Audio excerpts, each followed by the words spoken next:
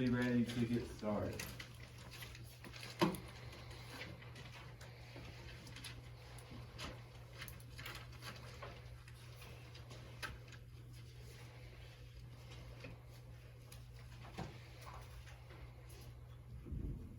So we're jumping into Module 3. Module 3 is all about fractions. And I know fractions for some of us seems like a scary thing, but once we start breaking these fractions down, we're going to see that fractions aren't that much harder to work with than whole numbers. But before we start on our notes, I want somebody to tell me, where do all fractions fall between on a number line? Between what two numbers do fractions come between?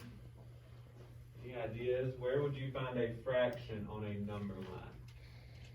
Patrick? Between the whole number? Between the whole numbers. So really between 0 and 1. If I have a half of something, I don't have all of it, but I have more than 0. So all fractions come between 0 and 1 whole. A fraction is a part of a whole. So let's say that I have a cake or something like that. And if I ate half of that cake, did I eat the whole thing? No. Did I eat more than 0 of it?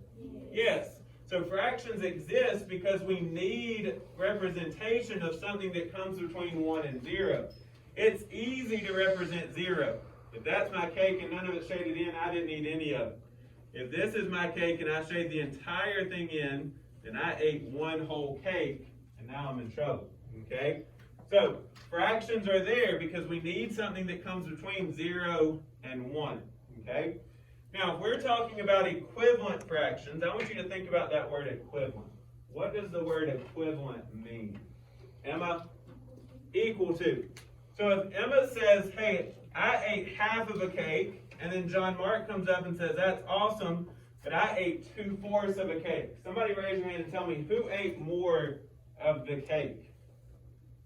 Amarian? All right, why nobody?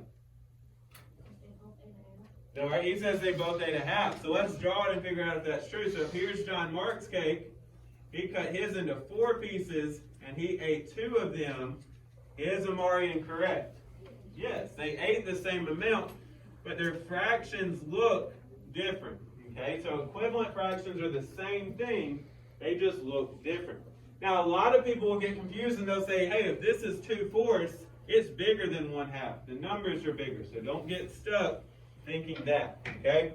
So let's jump into our notes. This is going to go with our problem set and our workbook in just a little bit. So if you'll take good notes, your workbook work will be pretty easy later on. Now we're going to use the letters EF instead of writing out equivalent fractions every time. So I want you to put EFs are 2 or more fractions that are equal. So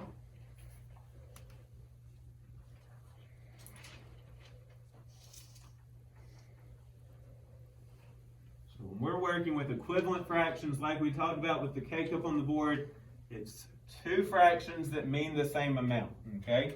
They're going to look different, but they really mean the same thing. So if I ran 2/4 of a mile, Patrick ran half of a mile, we ran the same amount, we just said it 2 different ways, okay?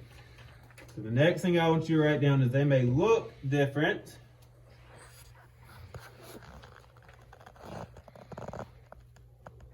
but are the same.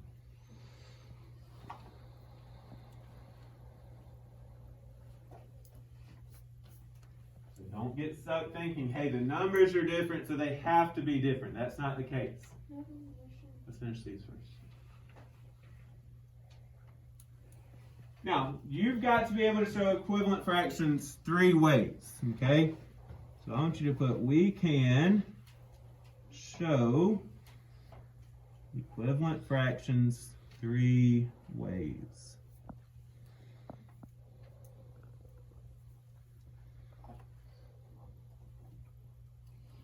Then I want you to put the first way that we're going to show equivalent fractions is by drawing a model of these fractions, similar to what we just did on the board.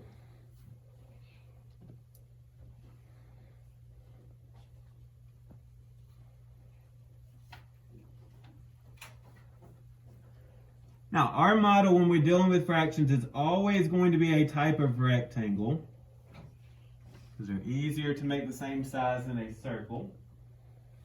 And if we're making equivalent fractions, they have to be the same size, okay? If Kamari ate half of a large pizza and Mason ate half of a small pizza, is that the same?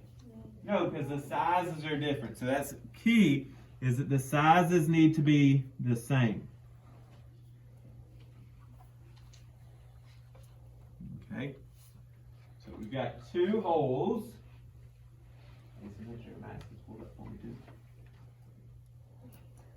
Now let's say that this is a third.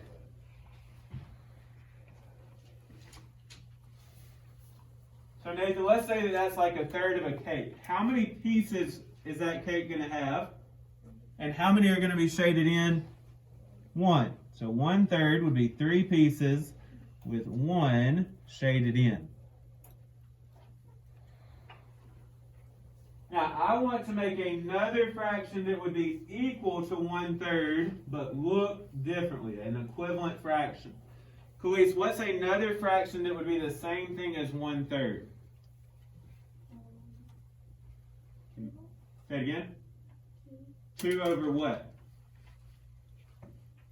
I like your first part. Hold on to that. Now, divide this into thirds again, because 1/3 is what we're trying to compare it to. 2 over 6, I like it. So Khalees said, I'm going to split this in half, and now I've got 2 pieces out of 6 pieces. So are 2 6 and 1/3 the same thing? Yes. Here's 1/3. Those are 2 6. They're the same amount. They just sound differently when we say it as a fraction. Okay? Let's do one more that would be equal to 1/3. So I want you to go ahead and draw your model. We'll split it into thirds and shade in one of them. That's 1/3. Now that time we drew one line going across. This time, John Mark, let's draw 2 lines going across. So John Mark, how many total pieces do we have? 9. And how many are shaded in? 3. So 1/3 could also be said as 3/9. Now we could continue this forever and ever and ever, and it would never end. Okay, we're going to stop that one right there though. Okay, so 1/3 is equal to 2 6, which is also the same thing as 3/9. They sound different, but we've proved that it's the same amount. Okay, I want you to try one on your own. So I want you to draw 3 boxes. Try to make them a